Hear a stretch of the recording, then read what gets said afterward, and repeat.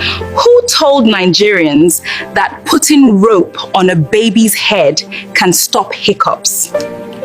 Babies hiccup when their diaphragm suddenly contracts. That's the muscle that helps them breathe. And most baby hiccups are normal and harmless. It usually happens after feeding or swallowing air. To help, burp the baby, feed slowly, and keep our baby upright after feeding. No need for rope or tricks. If hiccups are frequent or baby seems uncomfortable, see a doctor.